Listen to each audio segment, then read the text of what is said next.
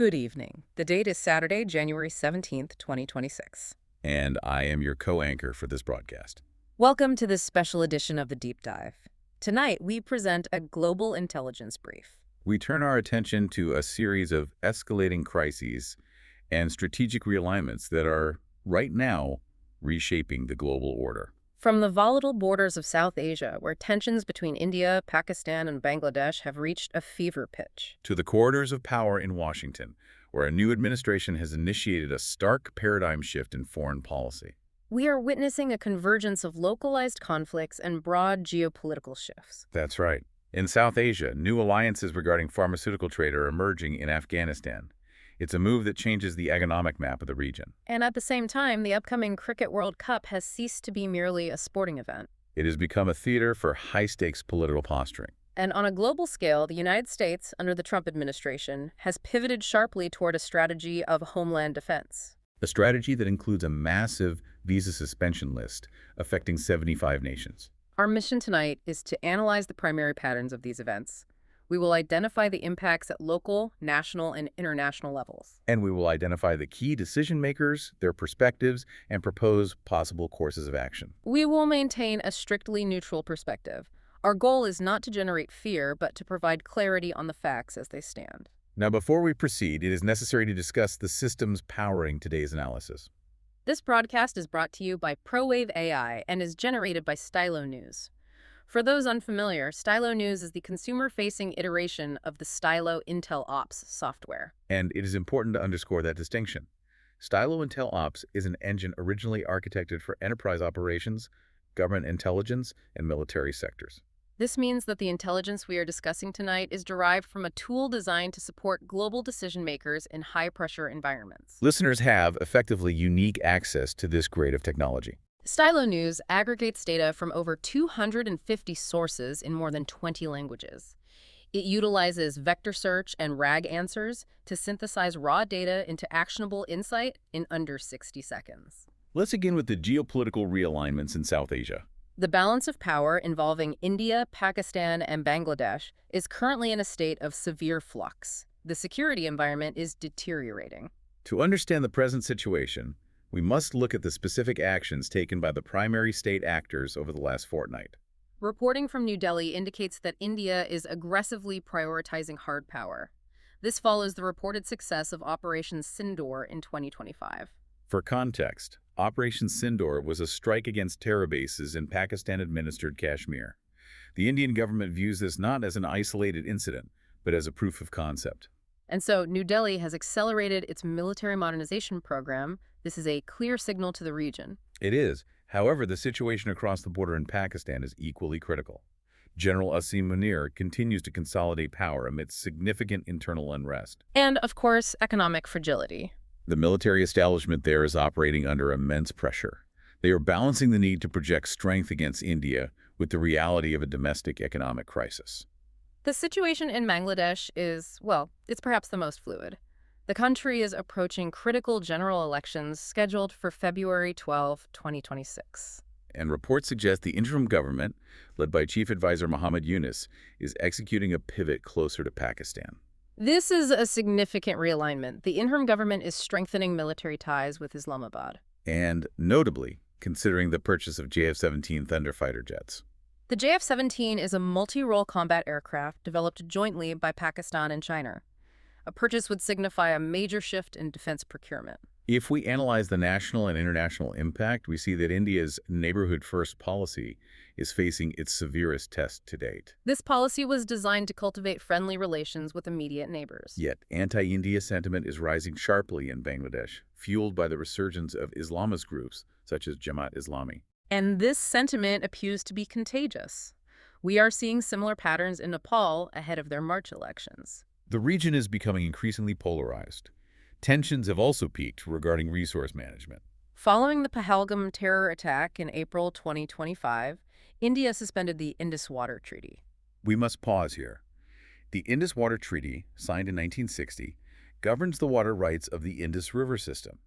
It has survived wars for decades. Suspending it is a development of the highest consequence. Indeed, Pakistan's Foreign Office has declared the treaty binding, and stated it will fight the suspension diplomatically. Water security is an existential issue for Pakistan. Let us look at the perspectives of the decision makers. The Indian government views Pakistan as an exception to neighborly relations due to alleged terror support. They are emphasizing strategic autonomy, the idea that India must act in its own interests regardless of treaty obligations when national security is at stake. And the Bangladeshi interim government. They're seeking to revive SAARC, the South Asian Association for Regional Cooperation. They're exploring the possibility of proceeding without India. A move to balance regional power by engaging Pakistan. Although analysts suggest a SAARC without India, the region's largest economy, may be futile in practical terms. Still, the diplomatic signaling is clear. It is an attempt to isolate New Delhi. We move now to the Afghan pivot, a major economic and diplomatic shift regarding Afghanistan's medical supply chain. This is a case where economics and security intersect in a very tangible way. Afghanistan has officially banned pharmaceutical imports from Pakistan. This decision follows violent border clashes and cited concerns over the quality of medication. This created an immediate vacuum in the Afghan healthcare market. And stepping into this vacuum is India. The Indian firm Zydus Life Sciences has secured a $100 million deal to supply medicines And potentially manufacture them locally within Afghanistan. The local impact of this transition has been acute. Initially, the ban led to shortages of critical antibiotics and insulin. Which caused price surges in Afghan markets. However, reports indicate the influx of affordable Indian medicines is beginning to stabilize the healthcare sector. So what are the strategic implications of this shift? It is a massive blow to Pakistan's economic leverage. For decades, Pakistan maintained a policy of strategic depth in Afghanistan. Losing the pharmaceutical market erodes that depth. Furthermore, intelligence reports indicate that Pakistan is losing patience with this situation. Correct. Reports suggest that Islamabad, frustrated by the Taliban's refusal to curb the TTP, is actively plotting a regime change in Kabul. There are even indications they may be training ISKP cadres as proxies. And ISKP, the Islamic State Khorasan province, is a sworn enemy of the Taliban.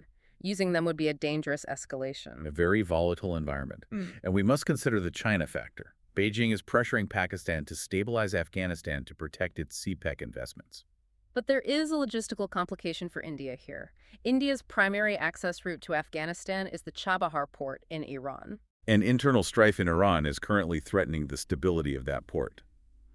If Iran destabilizes, India's access is cut off. We turn now to global power plays.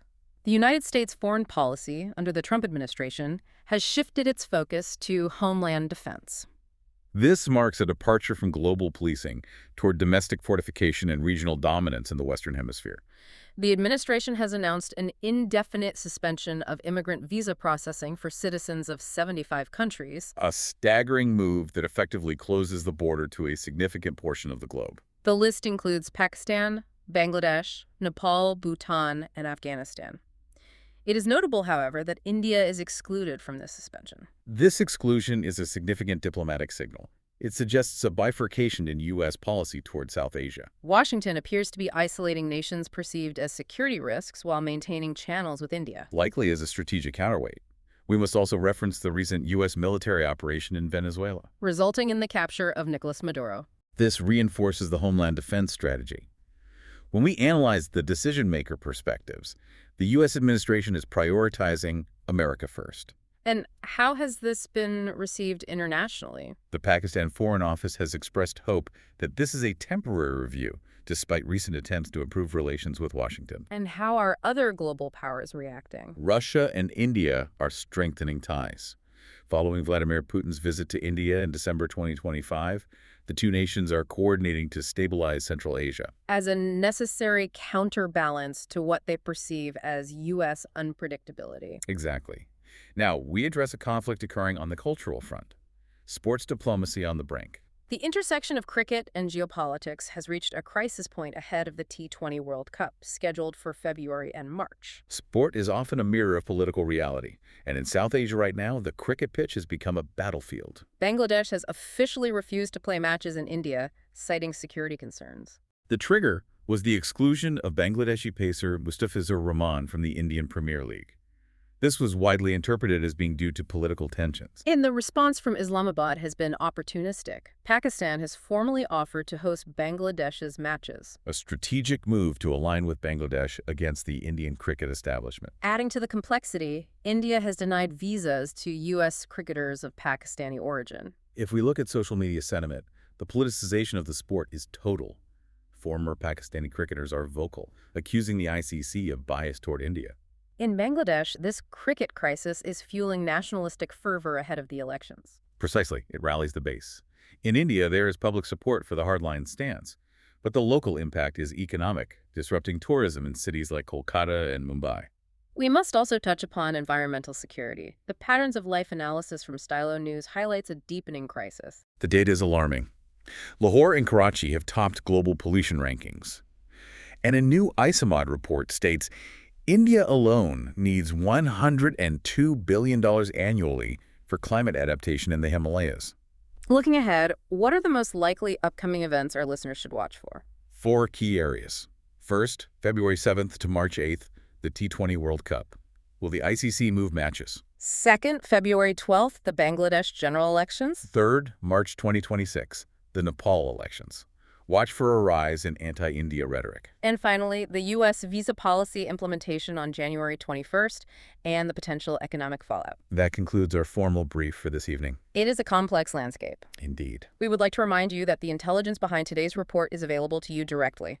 Stylo News is a mobile and computer application that allows you to customize personal intelligence-style briefs. It tracks hundreds of traditional news sources and X, formerly Twitter. You can subscribe to Stylo News to get AI-powered news on demand by visiting www.stylonews.com. And they are clear. Okay, dropping the anchor voice now. That was, intense. It really was. You know, I felt like I needed a typewriter and a cigarette. But honestly, doing it that way forces you to focus purely on the facts. It does. The situation in South Asia is incredibly tight right now. It really is. And thank you so much for listening to this special deep dive. We hope this format gave you a clearer picture of the board, so to speak. Absolutely. If you like this style, or, if you hated it, let us know. We actually want to hear from you. Please don't forget to request topics for future deep dives and follow Stylo News on your favorite social media platforms. Stay curious, everyone.